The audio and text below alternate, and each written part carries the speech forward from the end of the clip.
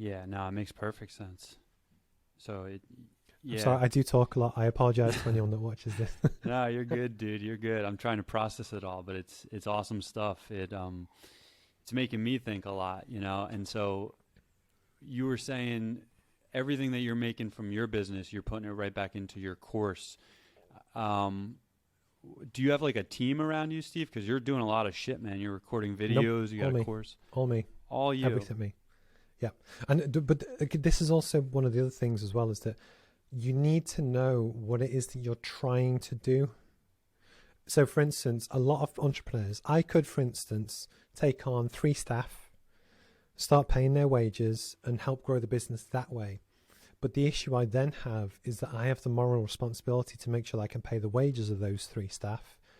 But then likewise, that reduces the scalability of me being able to invest in certain things and grow the business.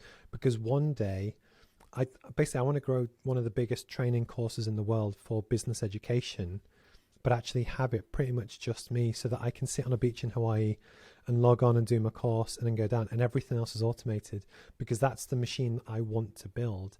Because the dream is to travel the world and speak at conferences and do stuff like you've mentioned, Mm-hmm. but actually without the reliance of, you've got this huge pressure on your back. So many business owners that I know, after probably about 10 years, become to hate what they do, and they feel too much pressure and they start to resent it. And I think part of that pressure is, especially when you have a tough time like COVID, it's the worry about overheads and making redundancies and just surviving. It's really tough and stressful. Mm-hmm.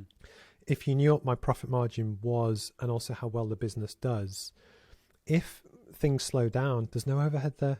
Yes, I have some for overhead, rents and rates and stuff, but it's a very, very good business that, yes, it will take longer, but actually I'm building exactly what I want to build.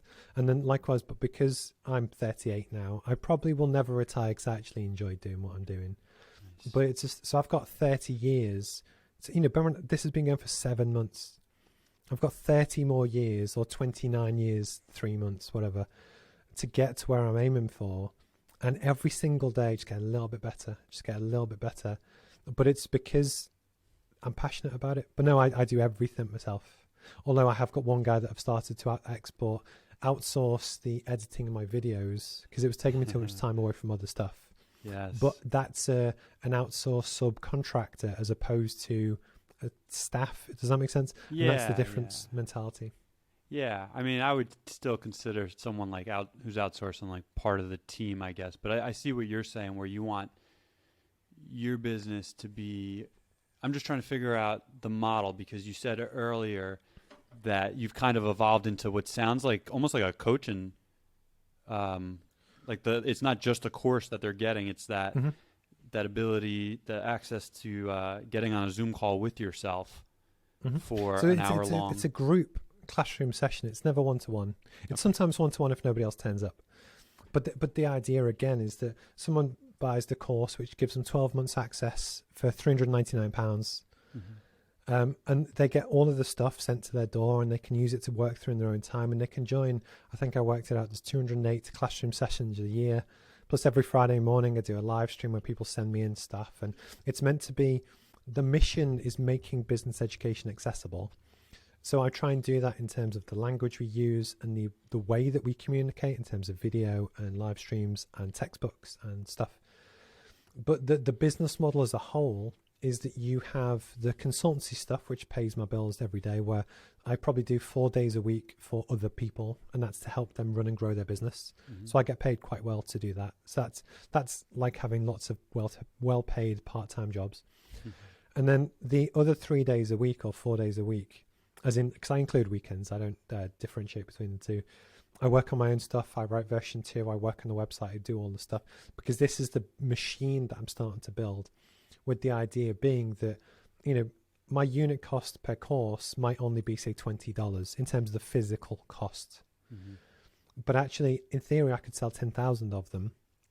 That on a classroom session, on a Zoom call, it's a webinar, so you could have 1,000 people on every classroom session when I walk through each module, and they've all been designed so that within an hour we can cover the main topics of sales. But sales is broken down into 3 separate bits.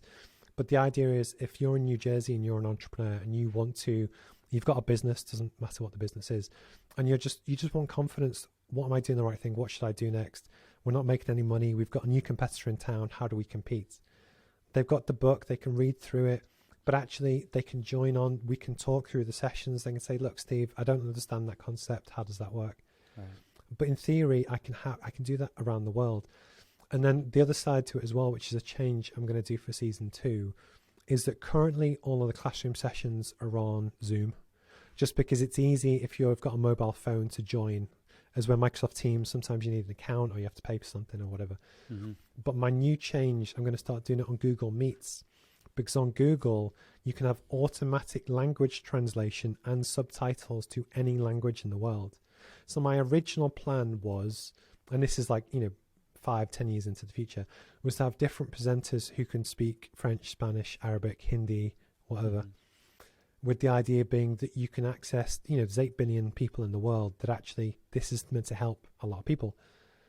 But then there's a lot of risk, as I mentioned, about having to build the team and the franchise or however you wish to do it. But actually, AI currently can give anyone in the world, if you don't speak a word of English, you could still follow along with subtitles in your native language and still understand what I'm saying.